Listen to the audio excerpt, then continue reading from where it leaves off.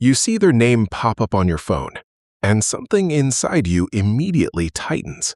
You stare at the screen, let it ring. Maybe you flip the phone over like that somehow makes it less real. And when it finally stops, relief, followed by a quiet thought, I'll text him later. If that's you, you're not alone. And more importantly, you're not rude, you're not socially broken, and you're definitely not bad at communication. Your brain is just operating on a completely different system. And today, we're breaking down the psychology of people who hate phone calls and why this one small habit actually reveals something much deeper about how your mind works. Here's the part most people don't understand. For them, a phone call is simple. It's efficient. It's normal. But for you, it's unpredictable. It's intrusive. It's a demand for immediate presence without any time to prepare for it. And your brain, it doesn't like that. Because unlike texting, you don't get space. No pause, no editing, no moment to think, wait, what do I actually want to say?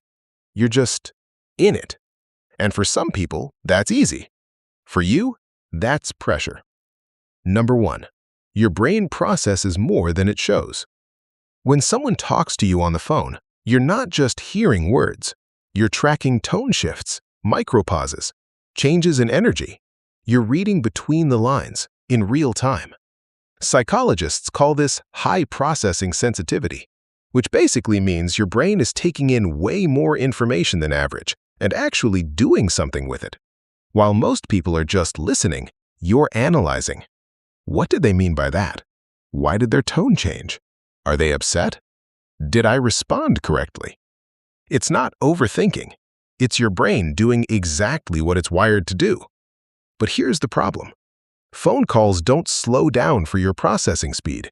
They keep moving, and that creates overload. Texting, on the other hand, gives you space to match your internal rhythm, to think, to choose your words, to respond in a way that actually reflects what you mean. That's not avoidance. That's alignment. Number 2, you don't hate people. You hate losing control of the interaction. Let's be honest. It's not the person calling you that's the problem. It's the format. Because phone calls take control away from you. They interrupt whatever you were doing. They demand your full attention instantly. They set the pace, not you. And for people who value mental space, that feels invasive. At home, in your own mind, you control the environment, the noise, the pace, the energy. But a phone call, it pulls you out of that. And suddenly, you're reacting instead of choosing. For some people, that's energizing. For you, it's draining. Number 3, you're not bad at communication, you're selective about it. Here's where people get it wrong. They think if you avoid phone calls, you must be bad at social interaction. But in reality, you probably communicate better than most, just differently. You don't like surface-level conversation. You don't enjoy talking just to fill silence. You don't see the point in long, unfocused dialogue that goes nowhere. You'd rather send a clear message than have a messy conversation. You'd rather think deeply than respond quickly. And that's not a weakness, that's precision. Number 4, your brain doesn't reward phone calls the same way. This part is fascinating. Dopamine, the brain's reward chemical, isn't triggered equally by everything. For some people, social interaction gives them energy. Phone calls feel engaging, stimulating, even exciting. But for others, that same interaction feels like work because their brain is wired to find reward in different places. Solitude, deep thinking, focus, quiet environments. Neuroscience shows that some people are more driven by internal stimulation rather than external, meaning they don't need constant interaction to feel good. They need space. So when a phone call interrupts that space, it's not neutral, it's disruptive. Number 5, you think before you speak, and phone calls don't allow that. Most people talk to figure out what they think. You already think before you say anything, which means your words are intentional, filtered, considered, accurate. But phone calls remove that filter. They force immediacy. And for someone like you, that feels unnatural. Not because you can't do it, but because it doesn't match how your mind works. It's like being asked to write without thinking. Sure, you could, but it wouldn't feel right. Now, let's talk about the part nobody likes to admit.